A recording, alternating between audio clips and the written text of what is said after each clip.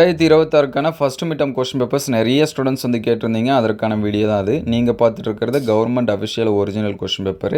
இது இந்த வருஷம் நடந்த கொஸ்டின் பேப்பர். உங்களுக்கு வந்து எக்ஸாம்ஸ் வந்து நடக்காமல் இருந்துச்சு அப்படின்னா இதில் இருக்கக்கூடிய கொஷின்ஸ் எல்லாமே ஸ்கிப் பண்ணாமல் படிச்சிருங்க. எல்லாமே ரொம்ப ரொம்ப முக்கியமான கொஷின்ஸ் தான். இது எல்லாமே நமக்கு வரதுக்கான வாய்ப்பு நிறையா இருக்குது. அதனால் இருக்கக்கூடிய கொஷின்ஸ் எல்லாமே படிச்சிருங்க. அதே போல் ப்ரீவியஸ் இயர் கொஷின்ஸு எல்லா சப்ஜெக்ட்டுக்கும் தமிழ் மீடியம் இங்கிலீஷ் மீடியம் அதையும் அப்டேட் பண்ணிட்டோம். அது எல்லாமே பிளேலிஸ்ட்டில் ஃபஸ்ட்டு மிட்டம் இம்பார்ட்டன்ட் கொஷின் இருக்கும். சாப்டர் வைஸாக சப்ஜெக்ட் வைஸாக அதையுமே அப்டேட் பண்ணியிருக்கோம். இம்பார்ட்டன்ட் கொஷினை அதையுமே அதே பிளேலிஸ்ட்டில் இருக்குது. இதோட பிடிஎஃப் வேணுங்கிற ஸ்டூடெண்ட்ஸு ஒரே ஒரு லைக் பண்ணிவிடுங்க. ஏன்னா நிறைய பேர் பார்க்குறீங்க, லைக் பண்ணுறது கிடையாது. ஒரு லைக் பண்ணிவிடுங்க. கமெண்ட்டில் பிடிஎஃப் ஓப்பன் சொல்லி டைப் பண்ணிவிடுங்க. வாட்ஸ்அப் குரூப்போட லிங்க்கு டிஸ்கிரிப்ஷனில் இருக்குது.